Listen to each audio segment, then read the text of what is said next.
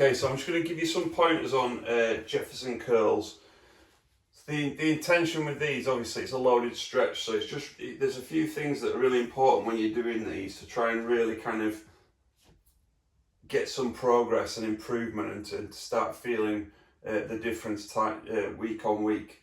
I'm going to give you a disclaimer that I've trained these this morning and it's now 3 o'clock in the afternoon, so I'm not my most mobile. So I'm not going to be pushing these because I've already done these today. I just wanted to put this video together to sort of help with a few things I was thinking of while I was doing them today. So the first thing to say is, when we're doing loaded mobility, ideally we want a target to shoot for. So obviously, as an example, if I'm going to use this kind of dumbbell and I'm on this block, the technique we're looking for with the Jefferson curl is to tuck the chin, round the shoulders, and then curl the spine one vertebrae at a time, start at the top, working our way down the spine. With the knees locked, we're then trying to get as low as possible into that end range position.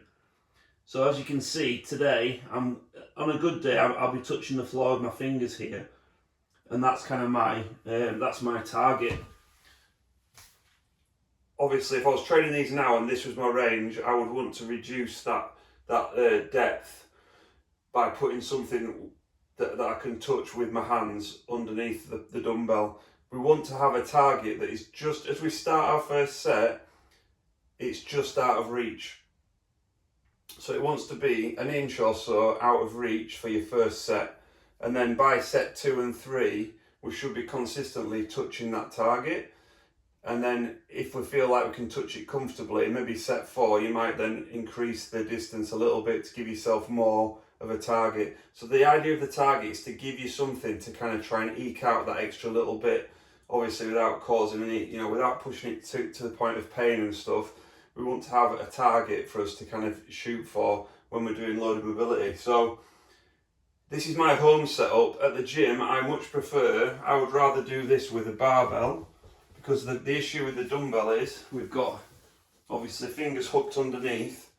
One day they could be here, another day they could be here. There's a lot of variables. Whereas if I've got a barbell and I'm just holding it normally, then it's not. There's no variables. I've just got a barbell. So what we want to have is, like I say, a target. So that you're going to elevate your feet to the point where you can just about touch the floor.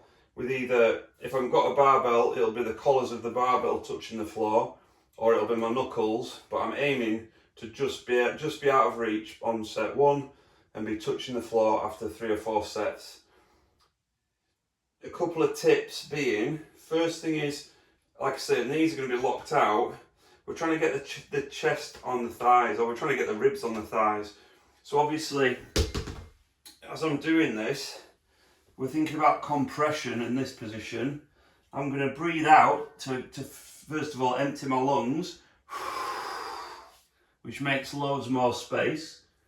And then the other thing to think about is compression. So I'm going to use my hip flexors basically to try and pull my ribs to my thighs, and I'm going to think about getting long through my spine. So I'm trying to pull myself. I'm not lowering into it passively. I'm trying to use the muscles in my hip flexors and my legs to pull myself down into that bottom position. So we're going to pull ourselves down. The other thing is the head. If I've got my neck like this, that again tends to put tension into the system, posterior chain. If I relax my neck, I can get further down again. So you want the head relaxed, thinking about trying to get your head to your legs as well, or chin to knees is another good one. So I'm trying to pull myself into this bottom position and try and compress. So trying to get my upper body flat against my lower body as I'm doing it. To come out of it, I'm going to initiate by uncurling the spine. So I'm going to squeeze my bum, keep my knees locked, and I'm going to uncurl the spine all the way out.